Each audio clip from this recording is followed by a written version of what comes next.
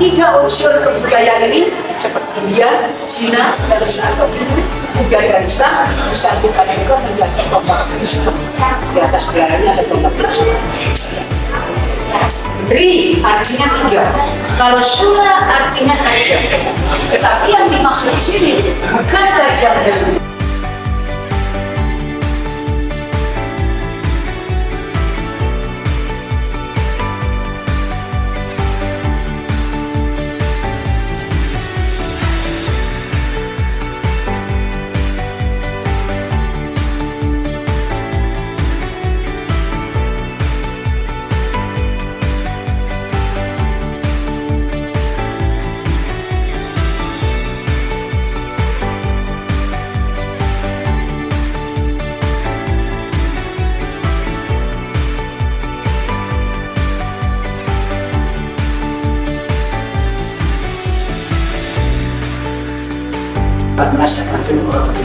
Ini ada keris mudarang, mohon maaf ya, ini ciri khas Bali karena handle-nya acan.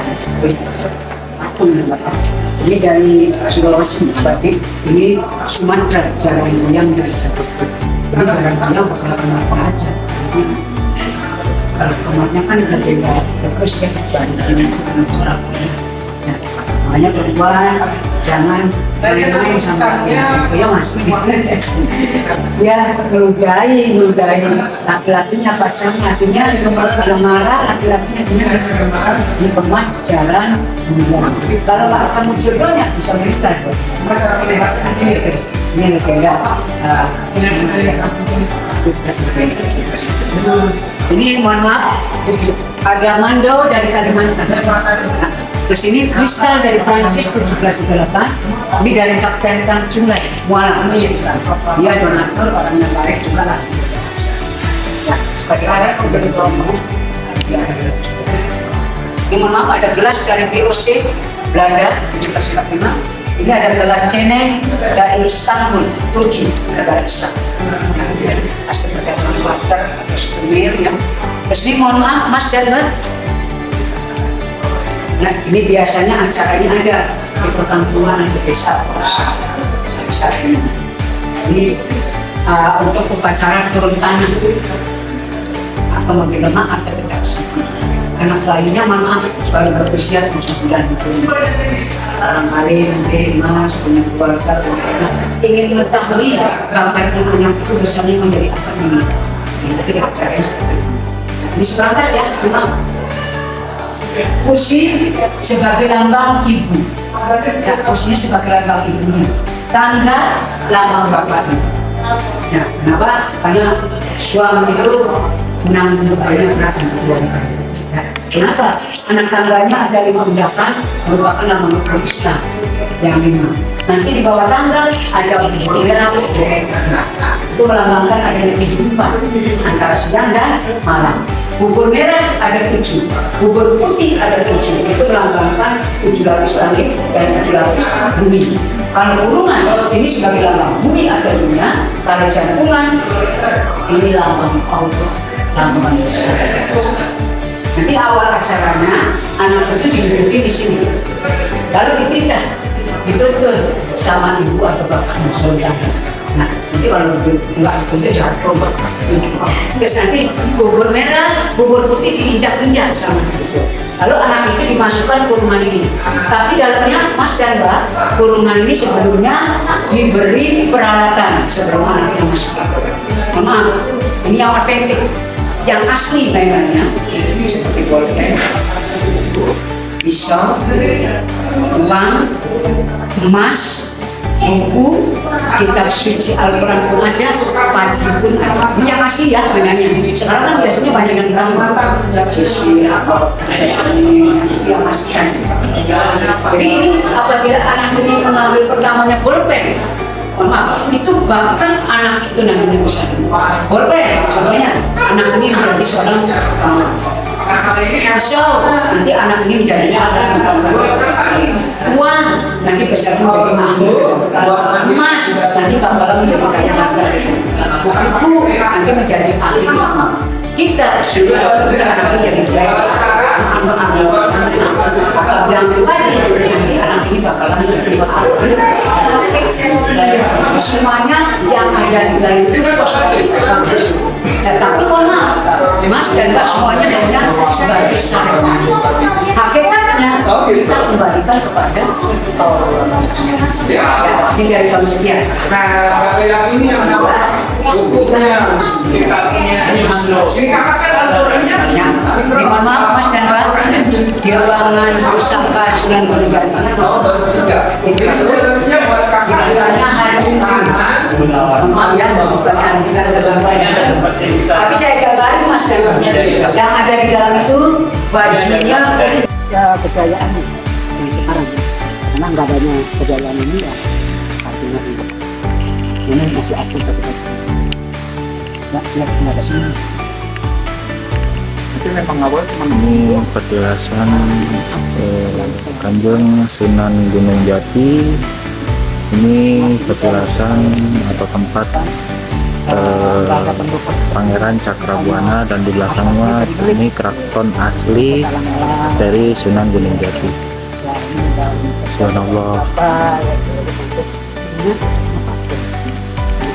Terus etiketnya biasa nggak pakai kopi ini karena bagian itu dari menggunakan iya jadi sertifikasi tahun 19 menjelang festival Kraton itu teman-teman begini teman-teman enggak jadi pasar ini iya pasar Perkenalkan, saya asal bisa divalidasi. Di sini saya perwakilan dari teman-teman dari Universitas Sumatera ingin bertanya untuk benteng sebenarnya. Sebelumnya tadi saya sudah dengar ya penjelasan dari Bapak terkait benteng itu memang bisa dibilang sesuai cara atau yang berpositif gitu ya. Nah, itu awal mulanya bisa jika ini yang membuat benteng itu seperti apa ceritanya? ya jadi prakarsanya benteng Kraton itu namanya benteng Kutakoso. Itu yang membuatnya itu prakarsanya Ki Ageng Tepak. Ki Ageng Tepak itu Ki Gede Kalimantan. Ya, itu sebangsa raksasa. Ya sebetulnya dia itu seorang bangsa. Dia membuat batu bata ini memerintahkan orang. Dia membuka punggung. Punggungnya namanya punggung boba. Punggung boba itu dibuka, ya itu isinya bangsa betul. Ya, tapi ya mereka minta dia minta sebesar dan juga yang di sini kita kalau lihat malam Jumat terus atau malam tanggal bulan Maret, tanggal bulan Maret tanggal 1 kita tidak lepas membuat satunya berbentuk satu ikan asin wortel, rokok album, cabai merah, bawang merah, nasi tumpeng kecil, dan ada kiman kopi bentuk yang mungkin bisa dikatakan berkah. Selain itu saya ada pertanyaan tadi tuh sempat dengar juga ada acara, suka ada acara besar juga di sini kayak Maulid Nabi. Itu selain Maulid Nabi biasanya ada acara apa yang kira-kira bakal misalnya rame atau bakal dilakukan di istana misalnya. Kalau tadi saya katakan kalau untuk upacara turunnya pengajian atau Maulid Nabi itu kan perayaan besar, itu kewajiban keluarga keraton, kewajibannya baik orang orang dan keraton ikut ambil upacara turunnya tanggal Jumat atau Maulid. Itu khusus diadakan pada saat tanggal 12 Adapun perayaan-perayaan sakralnya sampai sekarang masih eksis, masih ada yang kita dengarkan upacara seperti Rajatan, diskusi selamatan malaman sabarnya alhamdulillah keraton siapa enggak gitu, karena intinya kita menteladani ajaran Kanjeng Nabi Muhammad Shallallahu Alaihi Wasallam. Makanya sampai saat ini kita boleh Oke, baik, terima kasih Bapak untuk jawaban dari penjelasan pertanyaan saya gitu ya. Sekali lagi kami dari Universitas Mangunkusumo Cirebon mengucapkan terima kasih dan mohon maaf jika ada perlakuan atau Iya, sama-sama, Pak. kami yang Satu juga, ya. kurang mengenakan Bapak ya. Ini atas nama Bapak siapa tadi? nama Bapak Satu sebagai pemandu yang ada di keraton. Bapak udah lama di sini tujuan. Bapak Satu sendiri, saya sendiri yaitu dari tahun 1988. Oh, lama ya Pak ya. Jadi Pak Satu di sini masuk ke keraton usia 16 sampai 17 tahun. Jadi kurang lebih saya di keraton itu sudah 36 tahun kurang lebih. Gitu. Dari remaja berarti ya Pak ya. Ya Pak Satu di keraton ini dulu hanya ngaulah ya mengabdi, itu dapatnya nasi pagi, sarapan, siang, istirahat, makan, sore pulang dapat istirahat. Karena di sini pengabdian. Kalau pengabdian ini atas dasar keikhlasan keluarga Sultan dengan abdi dalam. Ya. Kalau pemandu semuanya yang ada di keraton itu tiap bulannya 300.000 tiap bulan. Karena bukan UMR, namanya paring. Jadi paring itu ada dasar 12 buat dan kalau untuk kebersihan, staf, umum, ya, itu 800. Tapi kami ikhlas. Sama dengan Jogja juga. Cuma kalau di Jogja katanya lebih ini. Tapi jenjang karirnya diangkat anak kecil. Oke, baik Pak. Terima kasih banyak sekali lagi ya Pak ya. Oke. 3. Pak, Pak, saya dari kampus UMC. Ada tugas pelajaran kearifan lokal. Saya mau bertanya-tanya sekitar Keraton Kasepuhan Cirebon, Pak. Awal mulanya bagaimana dan tahun berapa didirikan oleh siapa, Pak?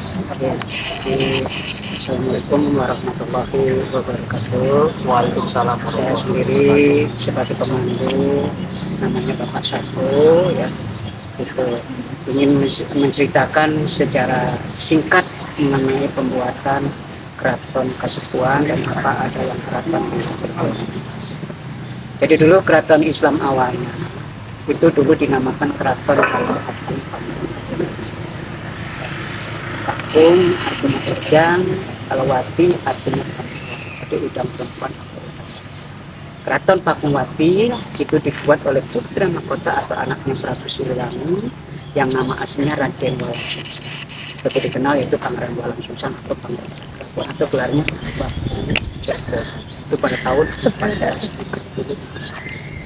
ya, lalu Pangeran Cakrabuana memberikan tampuk ke pemerintahannya, ya, menyerahkan tampuk kepada keponakannya sekaligus menantu yang bernama Syekh Hidayat atau lebih dikenal dengan Sunan Gunung Jati. Kenapa sudah disebutnya keponakannya Pangeran Cakrabuana? Karena Sunan Jati anaknya, adiknya Pangeran Cakrabuana yang bernama Ratu Ayu, Ratu Mas Rara Santang. Itu Ratu Mas Rara Santang ini anaknya anaknya Prabu Siliwangi yang berdua, juga sebagai adiknya Pangeran Cakrabuana. Itu Gunung Jati. Jadi Dimas Rara Santang karena berjodohnya pada saat bernikahi dengan Sultan Mesir. Punya dua keturunan yaitu Syekh Syarif II, yang lebih dikenal dengan Jati. Lalu adiknya yang bernama Syekh Syarif Murwa meneruskan ke Mesir. Juga Sunan Jati ini atau Syekh Syarif II itu menantunya Pangeran Cakrabuana karena menikah dengan Ratu Ayu Dewi Pakungwati yang namanya diabadikan menjadi nama Keraton Pakungwati. Lalu Sunan Gunung Jati diangkat menjadi raja oleh Pangeran Cakrabuana pada tahun 1479. Ya, oleh Pangeran Cakrabuana juga atas persetujuan Dewan Wali Songo. Ya, juga Sumiati pada tahun 1529 tadi mengembangkan keraton Islam awalnya itu keraton Pakuwat tahun 1521. Juga itu masa kemasan Jati, masyarakatnya sejahtera. Sunan Jati meninggal pada tahun 1568 dalam usia 120. Nah, mangkatnya Suryati meninggal Jati pada tahun 1679 itu terjadi proses sejarah. Akibat adu domba Belanda, berdirilah keraton Kanoman artinya yang muda. Lalu keraton Pakuwat ini diganti nama dengan nama keraton Kasepuhan. Kanoman pecah lagi menjadi dua, yaitu Kacerbonan dan Pakuwat. Empat keraton ini dua kesultanan, yaitu Kesultanan Kasepuhan dan Kesultanan